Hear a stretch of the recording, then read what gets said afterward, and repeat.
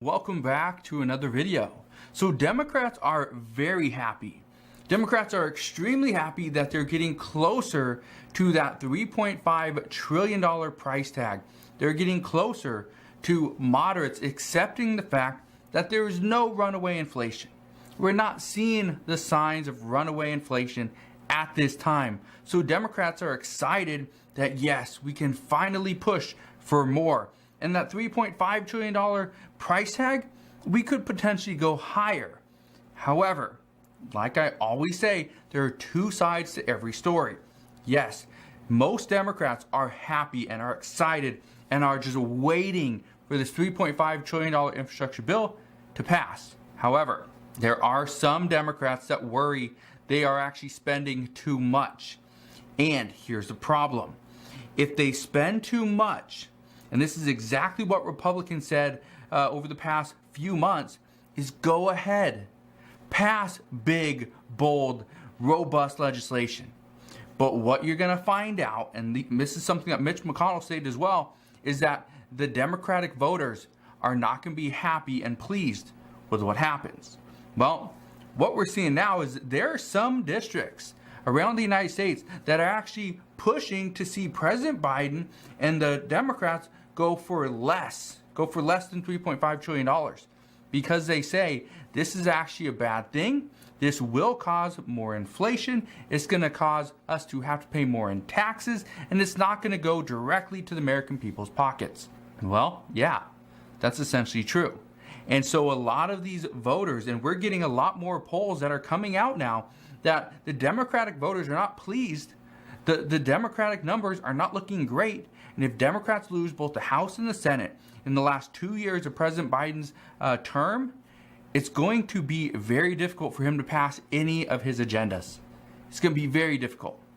But here's what's happening right now. Democrats in the House have agreed that the child tax credit payments will be extended.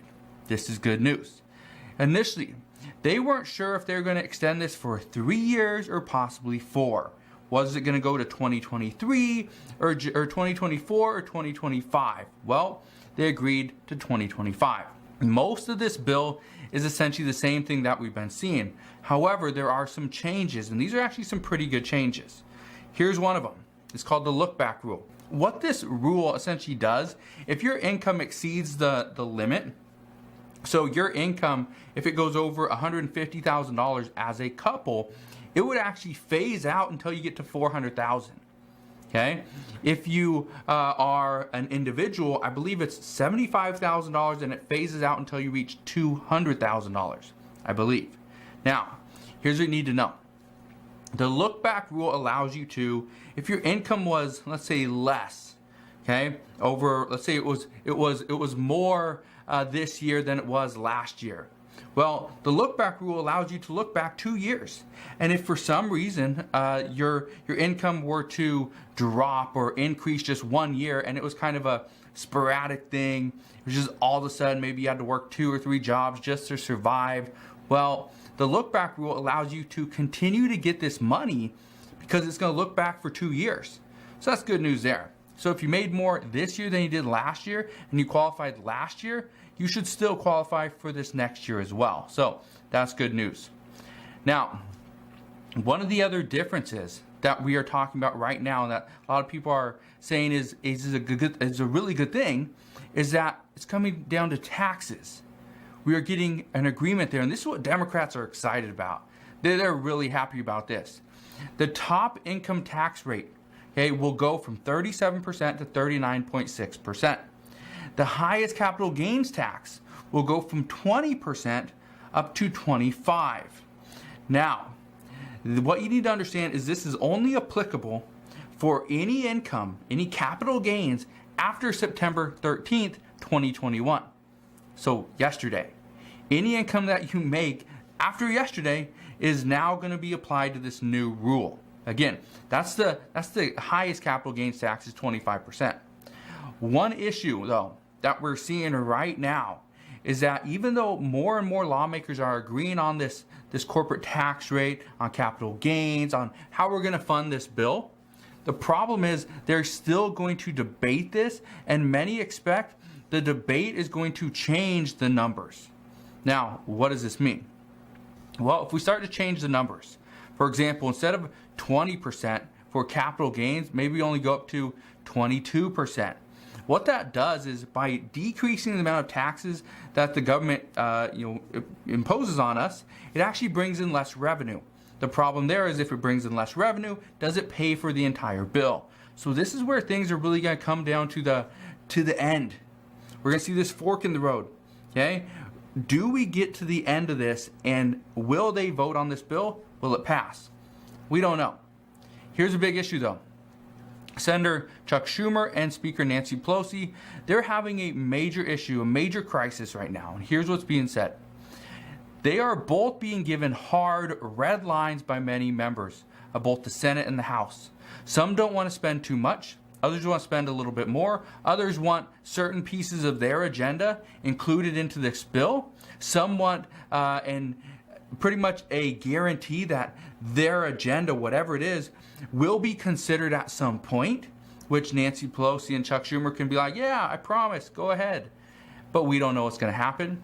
Many want their proposals considered at some point. It doesn't matter when, but they want it considered. They want to be heard. What we know right now is in Congress, and as a lawmaker, I'm not a lawmaker, okay, but what we know is it doesn't matter if your proposal gets accepted. What matters is that your proposal is seen by your constituents that, yes, you did propose this.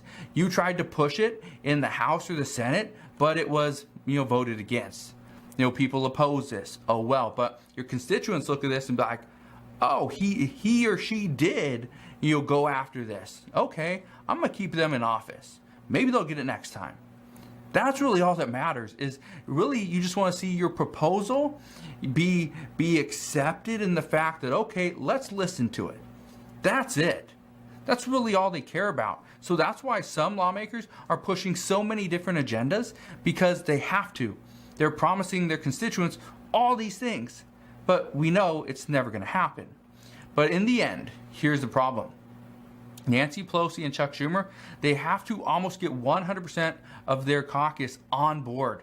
They have to get almost every single vote. In the House, Nancy Pelosi can lose no more than 3 votes from from House Democrats. And in the Senate, Chuck Schumer cannot lose 1 single Democratic vote, or else the bill will not pass. But today, this is the good news. The CPI data came out, and it was actually a welcoming sign for progressives. Progressives are saying that this is just additional proof that there is no runaway inflation, and moderates should be accepting of the fact that we need to spend more. Accepting of the fact that we need to spend more. One White House official was asked if there's any discussions right now of accepting a smaller infrastructure bill. Well, they simply said that accepting a smaller package now does a disservice to the American people and our future economy.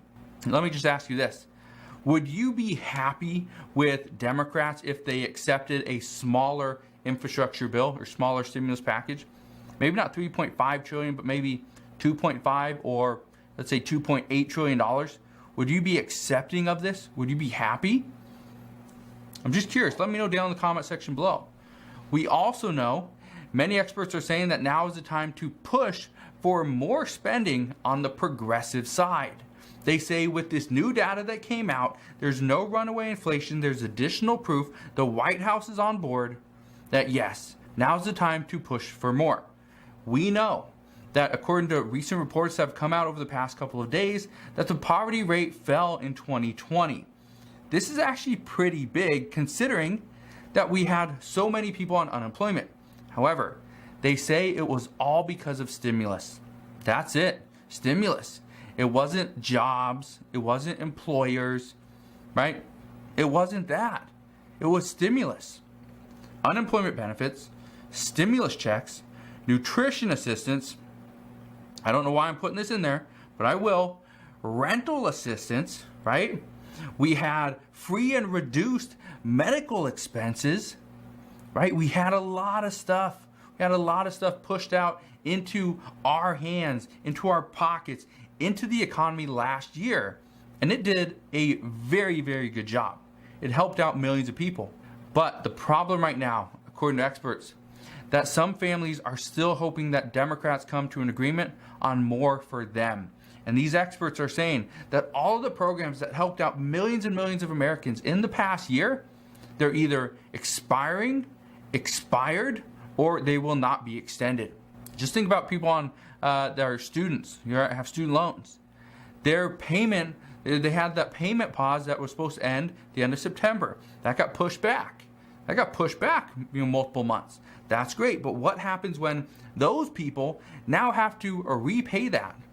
What happens when the businesses that are still struggling, now they went from a $500,000 EIDL loan max to now they can get $2 million. So businesses that are still struggling can go and get an additional small business loan. Well, that's great, but what about when that money runs out? What about when we go back into this, surge that we're starting to see again? What happens then? Experts are just curious. Will we see more assistance? Who knows? What I can tell you though is that experts are adamant that yes, we are going to see more people that came out of poverty go back into poverty simply because the stimulus is gone. There's no additional talks other than the child tax credit payments. But what if you don't have children? What if you don't qualify? What happens then? In addition to lawmakers actually working on this $3.5 trillion infrastructure bill, what we know is that then as soon as they're done, they're going to vote to try to pass the $1.2 trillion bipartisan bill. They also need to raise the debt ceiling. That's going to be a very tough task to do. Republicans say they will not be used as a pawn in order to raise the debt ceiling that Democrats can do completely on their own.